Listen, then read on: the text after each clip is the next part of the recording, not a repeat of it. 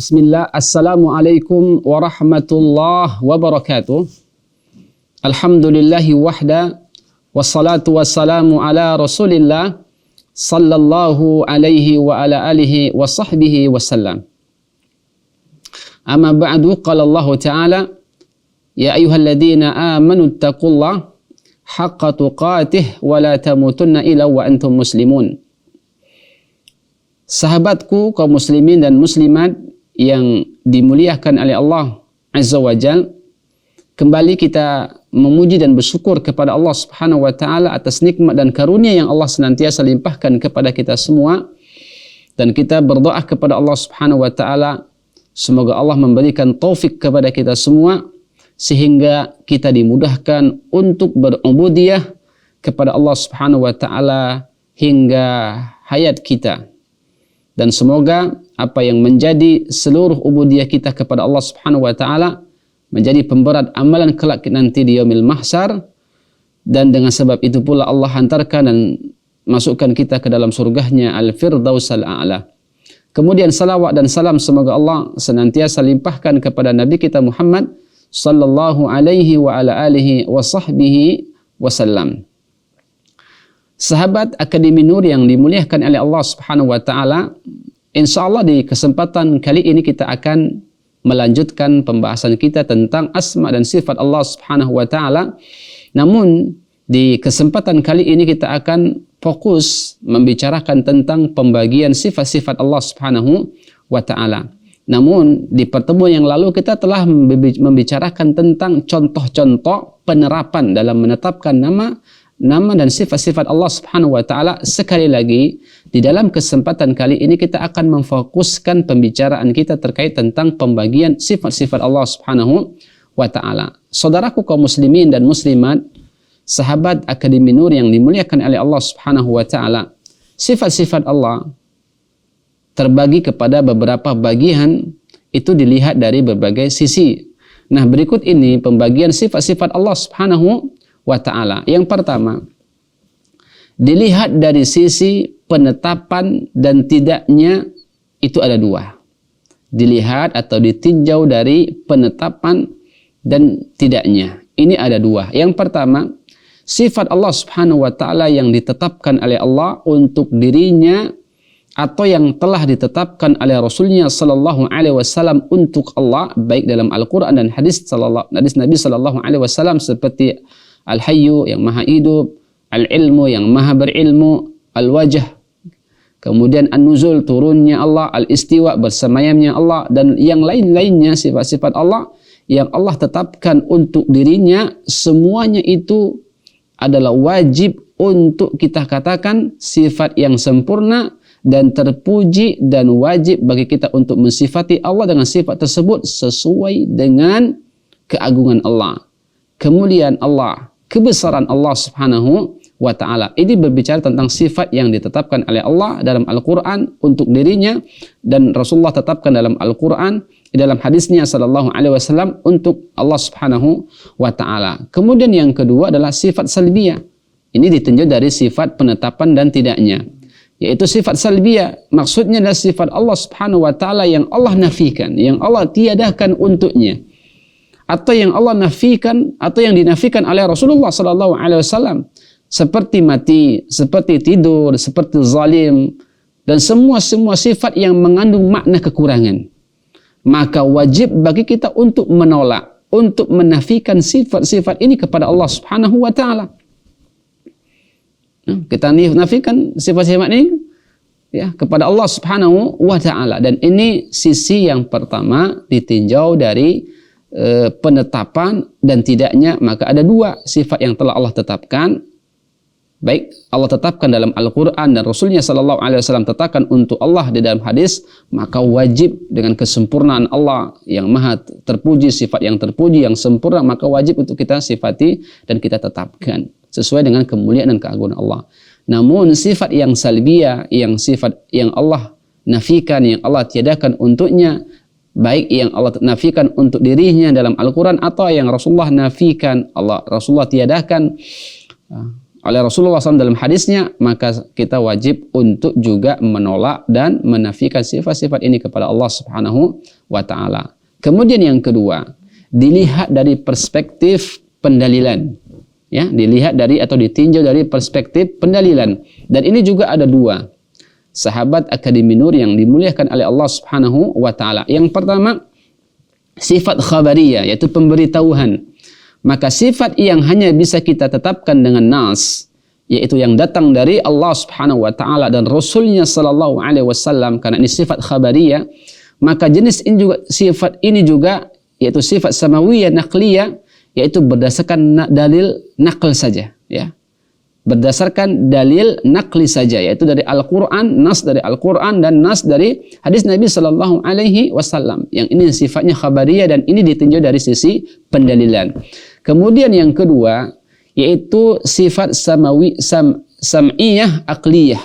Ya, sam'iyah aqliyah, yaitu sifat yang dalam penetapannya itu berdasarkan dalil nakli, yaitu nas dalam Al-Quran dan hadis Nabi kita Muhammad sallallahu alaihi wasallam, dan juga dalil dari akli, seperti hidup, seperti ilmu, kekuasaan bagi Allah, penciptaan bagi Allah, dan juga pemberian. Maka ini juga kita harus mempelajarinya. Dan ini adalah sisi yang kedua dari tinjauan perspektif pendalilan. Maka dia ada dua, yaitu khabariyah, yang sifat khabariyah maka kita hanya berdasarkan dari nas Al-Quran dan hadis Nabi kita Muhammad SAW. Sedangkan yang sifatnya sam'iyah aqliyah, yaitu sifat yang dalam penetapannya berdasarkan dalil dari nas Al-Quran dan juga dari akal, maka seperti ilmu, kuasa, pencipta, dan ini yang pembagian yang kedua. Kemudian yang ketiga, berbicara tentang sifat-sifat Allah Subhanahu wa taala, yaitu ditinjau dari perspektif kaitannya dengan zat dan perbuatan-perbuatan Allah Subhanahu wa taala. Sekali lagi yang ketiga, kita tinjau dan kita lihat dari perspektif kaitannya dengan zat dan perbuatan-perbuatan Allah Subhanahu wa taala, dan dia ada tiga. Yang pertama, sifat zatiyah. Sifat yang senantiasa melekat pada Allah Subhanahu wa taala, tidak terpisahkan dengannya. Seperti al-ilmu, al-qudratu, al-hayyu, dan as-sami', kemudian al-basir, kemudian al-wajh, kemudian yadain, kemudian yang lain sebagainya yang sifatnya zatiyah, yang tidak terpisah dari Allah Subhanahu wa taala dan senantiasa ada pada Allah Subhanahu wa taala. Kemudian sifat yang kedua, sifat fi'liyah, yaitu sifat yang berhubungan dengan kehendak Allah, al-iradah. Jika Allah Subhanahu wa taala berkehendak, maka dia akan melakukan. Jika Allah tidak berkehendak, maka Allah Subhanahu wa taala tidak melakukan. Seperti sifat istiwa Allah Subhanahu wa taala di atas arsy-Nya. Turunnya Allah Subhanahu wa taala ke langit dunia.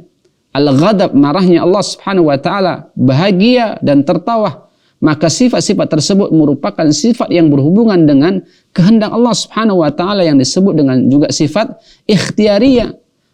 Dan saudaraku sahabat Akademi Nur yang dimuliakan oleh Allah Subhanahu wa taala, sifat fi'liyah Allah terkait dengan kehendak Allah Subhanahu wa taala, masyiatillah. Allah memberi rahmat bagi Allah yang Allah Subhanahu wa taala kehendaki. Marah pada apa yang dikehendaki oleh Allah Subhanahu wa taala dan menetapkan apa yang Allah Subhanahu wa taala kehendaki. Sifat zatiyah, dia adalah sifat yang tidak terkait pada kehendak Allah. Sehingga tidak boleh dikatakan Allah berkuasa jika ia berkehendak dan mengetahui jika ia berkehendak. Yang benar adalah sahabat Akademi Nur yang dimuliakan oleh Allah Subhanahu wa taala, Allah Maha mengetahui, Allah Maha kuasa dalam setiap kondisi dan keadaannya. Nah, kemudian yang ketiga, yaitu sifat zatiyah fi'liyah. Ini ditinjau dari perspektif yang kita tadi jelaskan, yaitu dengan perspektif kaitannya dengan zat dan perbuatan-perbuatan Allah Subhanahu wa taala. Yang ketiga adalah sifat zatiyah fi'liyah, yaitu sifat yang jika dilihat dari asalnya merupakan sifat zatiyah Allah Subhanahu wa taala. Namun dari sisi yang lainnya sifat tersebut merupakan fi'liyah. Ya, seperti al-kalam, berfirman, berbicara, merupakan sifat zatiyah Allah Subhanahu wa taala dilihat dari sisi asalnya karena Allah senantiasa berbicara. Namun dilihat dari sisi lain, ia merupakan sifat fi'liyah, yaitu Allah berbicara sesuai dengan kehendak Allah Subhanahu wa taala, dan jika dia berkehendak untuk berbicara. Dan oleh karenanya sahabat Akademi Nur yang dimuliakan oleh Allah Subhanahu wa taala, di sini kita harus memahami, dan ini penting bagi kita semua, bahwa wajib bagi kita sahabat Akademi Nur yang dimuliakan oleh Allah Subhanahu wa taala, setelah sedikit kita tadi memahami tentang pembagian-pembagian sifat Allah Subhanahu wa taala ditinjau dari segala sisinya, maka wajib bagi kita dalam mensikapi sifat-sifat Allah Subhanahu wa taala itu sesuai dengan apa yang Allah jelaskan, Allah tetapkan dalam Al-Quran sesuai dengan keagungan dan kemuliaan Allah Subhanahu wa taala. Begitu pula mensikapi sifat-sifat Allah sesuai dengan apa yang telah Rasulnya sallallahu alaihi wasallam jelaskan dalam hadisnya yang sahih. Yang sahih, memahami makna-makna sifat-sifat tersebut itu sesuai apa yang ada, yang apa adanya dalam Al-Quran dan hadis, tanpa kita harus mempertanyakan kaif, tanpa kita menanyakan kaif, bagaimana dan bagaimana dan bagaimana. Apa yang Allah Subhanahu wa taala sifati dirinya adalah benar sesuai hakikatnya. Tidak ada makna yang tersembunyi, ia sangat jelas dan terang, yang tidak diperbolehkan bagi kita semua untuk menanyakan kaifiyah, yaitu bagaimana sifat tersebut. Dan ini adalah haram bagi kita, sahabatku yang dimuliakan oleh Allah Subhanahu wa taala. Oleh karenanya, satu metode yang sangat sederhana, dan ini adalah salah satu petunjuk generasi umat ini, salaful ummah. Bagaimana Imam Malik rahimahullahu ta'ala pernah ditanya tentang arti istiwa. Bukankah istiwa tadi sudah kita bahas, ya?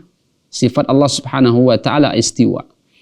Nah, Imam Malik saat ditanya tentang istiwa Allah Subhanahu wa ta'ala, beliau menjawab dengan mengatakan al-istiwa'u ma'lum, bahwa istiwa itu sudah jelas terang benderang maknanya. Wal kaifu majhul, sedangkan kaifiyahnya, maksudnya bagaimana itu majhul, tidak kita ketahui. Wal imanu bihi wajib, mengimani tentang istiwa Allah Subhanahu wa taala itu wajib bagi kita. Wal su'alu anhu bid'atun, dan bertanya tentang hal itu adalah perkara yang bid'ah. Perkara yang bid'ah, sahabatku yang dimuliakan oleh Allah Subhanahu wa taala. Oleh karenanya, sahabat Akademi Nur yang dimuliakan oleh Allah Subhanahu wa taala, sekali lagi, bahwa dalam menetapkan nama-nama dan sifat-sifat Allah Subhanahu wa taala, maka penting bagi kita menetapkan sebagaimana Allah jelaskan dan Allah tetapkan dalam Al-Quran tentang dirinya, sesuai dengan kemuliaan dan keagungan Allah Subhanahu wa taala. Dan juga kita menetapkan sifat dan nama-nama Allah sesuai dengan apa yang telah dijelaskan oleh Rasulnya sallallahu alaihi wasallam dalam Al-Quran, hadisnya yang sahih. Dan kemudian tanpa kita harus menghantarkan 4 hal ini, kita jauhi 4 hal ini dalam menetapkan nama-nama dan sifat-sifat Allah Subhanahu wa taala. Yang pertama itu adalah dia tanpa tahrif, yaitu memalingkan makna dari makna yang hakikatnya. Ya, baik memalingkan makna atau lafaznya. Kemudian tanpa kita harus ta'til, yaitu meniadakan sebagian atau yang meniadakan keseluruhannya. Kemudian tanpa takyif, yaitu menanyakan bagaimana dan bagaimana. Dan kemudian yang keempat, tanpa tamthil atau tashbih, sebagaimana Allah Subhanahu wa taala katakan laisa kamitslihi syai'un wa huwas samiul basir. Oleh karenanya, perhatikan tadi perkataan Imam Malik rahimahullahu taala saat beliau ditanya tentang istiwa Allah Subhanahu wa taala, beliau menjawab dengan mengatakan al-istiwa'u ma'lum. Istiwa itu sudah jelas maknanya, terang benderang. Wal kaifu majhul, bagaimana kaifnya itu tidak kita ketahui. Wal imanu bihi wajib, dan mengimani apa yang telah Rasulullah tetapkan dan Allah Subhanahu wa taala, maka wajib kita mengimani. Ya.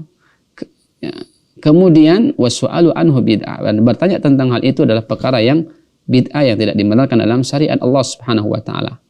Nah, dari perkataan Imam Malik ini bisa kita ambil bahwa ini adalah merupakan timbangan yang sangat elok dalam bermuamalah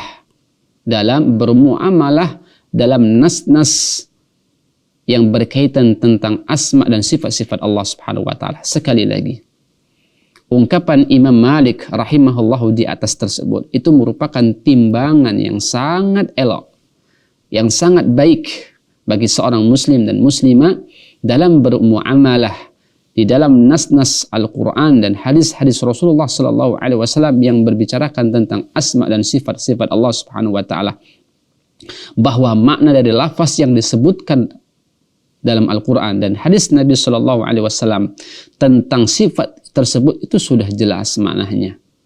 Namun bagaimana caranya itu tidak diketahui. Begitulah para generasi salaful ummah, generasi salaf saleh dalam mensikapi nama-nama dan sifat-sifat Allah Subhanahu wa taala. Semoga ungkapan dan perkataan Imam Malik rahimahullahu taala dalam kita bermuamalah dengan nas-nas Al-Qur'an yang berbicara tentang nama-nama dan sifat-sifat Allah, maka jadikan dia barometer dan tolak ukur dan sangat elok dan sangat baik. Al-istiwa'u ma'lumun wal kaifu majhulun wal imanu bihi wajibun wassu'alu anhu bid'atun. Yang tidak kita ketahui adalah bentuk dan caranya, maka hal ini kita serahkan kepada Allah Subhanahu wa taala, sedangkan maknanya wajib bagi kita untuk kita imani dan tidak boleh kita tafwid kepada Allah Subhanahu wa taala. Semoga pembahasan kita berbicara tentang pembagian sifat-sifat Allah Subhanahu wa taala dimudahkan dan menjadikan ilmu yang bermanfaat, dan semoga pertemuan ini diberkahi oleh Allah Subhanahu wa taala, dan sekali lagi ilmu yang kita dapatkan menjadi ilmu yang bermanfaat. Subhanakallahumma wa bihamdika asyhadu an la ilaha illa anta astaghfiruka wa atubu ilaik. Assalamualaikum warahmatullahi wabarakatuh.